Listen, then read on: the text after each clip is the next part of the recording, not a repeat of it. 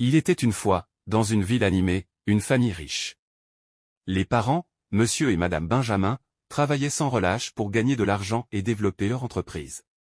Ils vivaient dans une grande maison et avaient tout ce qu'ils pouvaient désirer, sauf du temps pour leur fils unique, un petit garçon nommé Oliver.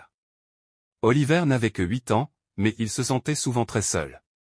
Ses parents n'étaient jamais là pour jouer avec lui ou écouter ses histoires. Ils l'aimaient, mais étaient tellement concentrés sur leur travail qu'ils ne remarquaient pas à quel point il était devenu triste. Chaque matin, ils partaient précipitamment pour leur bureau, laissant Oliver avec la domestique. Lorsqu'ils avaient de longs voyages ou des emplois du temps très chargés, ils l'envoyaient chez sa grand-mère. Mais Oliver redoutait d'aller chez sa grand-mère. Madame James vivait seule dans une belle maison en périphérie de la ville. C'était une femme grande et élégante, aux cheveux argentés, toujours vêtue des plus beaux vêtements. Elle était veuve depuis plus de 30 ans, après la mort de son mari. Même si elle semblait amicale et attentionnée aux yeux des autres, Oliver savait qu'il y avait quelque chose d'étrange chez elle, quelque chose qui le mettait mal à l'aise.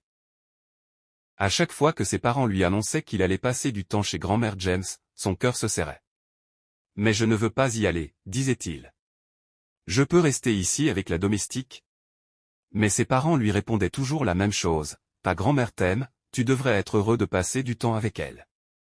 Nous reviendrons avant même que tu t'en rendes compte. » Alors, Oliver partait, impuissant. Au début, sa grand-mère l'accueillait chaleureusement, lui préparait de bons repas et lui offrait des jouets. Mais dès que le soleil se couchait et que la maison devenait silencieuse, son sourire bienveillant disparaissait. Elle se mettait à agir différemment, d'une manière qui rendait Oliver mal à l'aise et effrayé. Il ne savait pas comment l'expliquer, mais il sentait que quelque chose n'allait pas.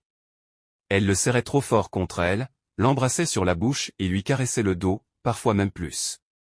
Oliver voulait pleurer, mais il ne savait pas comment en parler à ses parents.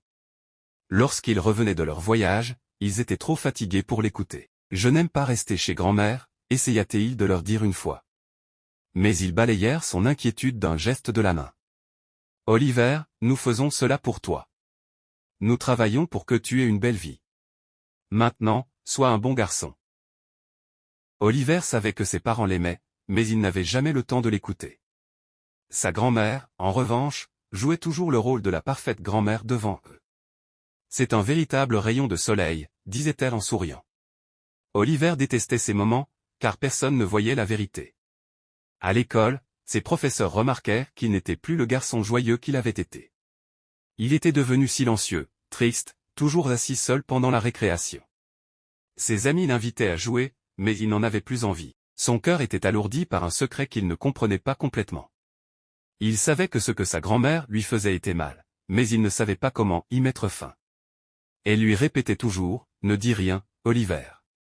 C'est notre petit secret. Si tu parles, personne ne te croira.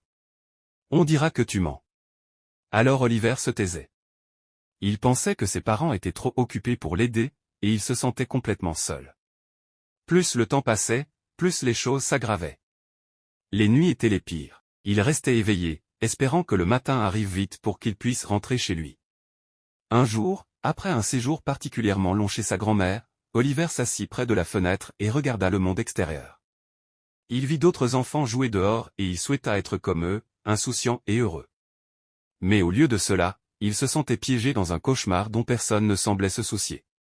Sa maîtresse, Madame Jacques, s'inquiétait pour lui. Un jour, après la classe, elle lui demanda, « Oliver, tout va bien ?» Oliver fixa le sol, incapable de répondre. Il se sentait honteux, confus et terrifié. Et si personne ne le croyait? Et si ses parents se mettaient en colère contre lui? « Je vais bien, » murmura-t-il à peine audible. Mais Madame Jacques n'était pas convaincue. Elle avait déjà vu ce genre de tristesse chez d'autres enfants. Pendant ce temps, ses parents ne remarquaient toujours rien. Ils étaient toujours pressés, préparant leur prochain voyage d'affaires. Une nuit, alors qu'il était chez sa grand-mère, Oliver n'en pouvait plus. Il avait envie de fuir, mais où irait-il? Ses parents étaient toujours absents et sa grand-mère s'assurait que leur secret reste caché. « Ne dis rien, Oliver, » disait-elle avec un sourire doux, mais menaçant. « Personne ne te croira. » Oliver détestait ces mots.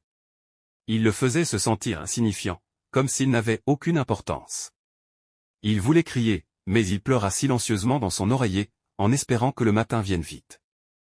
Un jour, à l'école, une intervenante appelée Madame A donna une conférence sur la sécurité des enfants. Aucun adulte ne devrait jamais vous toucher d'une manière qui vous met mal à l'aise, expliqua-t-elle.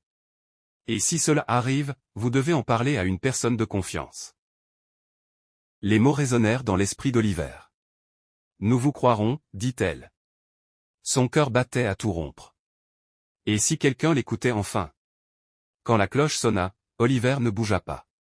Madame Jacques s'approcha doucement. Oliver, veux-tu me parler? Sa gorge était sèche, ses mains tremblaient. Puis, enfin, il murmura, je n'aime pas aller chez ma grand-mère. Pourquoi? Demanda Madame Jacques avec douceur. Des larmes montèrent aux yeux d'Oliver. Elle me touche de façon qui me fait peur. Elle dit que c'est un secret. Madame Jacques resta calme, mais son regard se fit grave. Merci de m'avoir dit cela, Oliver.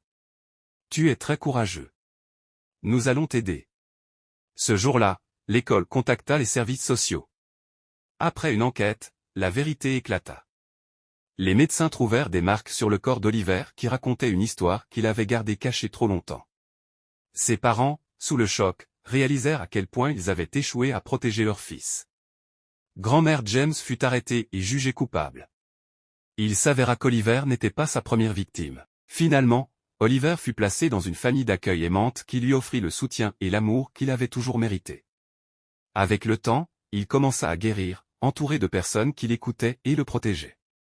Il savait maintenant qu'il n'était pas seul. Son histoire sensibilisa toute la communauté. Les parents commencèrent à être plus attentifs à leurs enfants. L'école continua d'organiser des conférences pour apprendre aux enfants qu'ils avaient le droit de parler. Oliver avait trouvé sa voie. Et à travers elle, il avait trouvé sa liberté.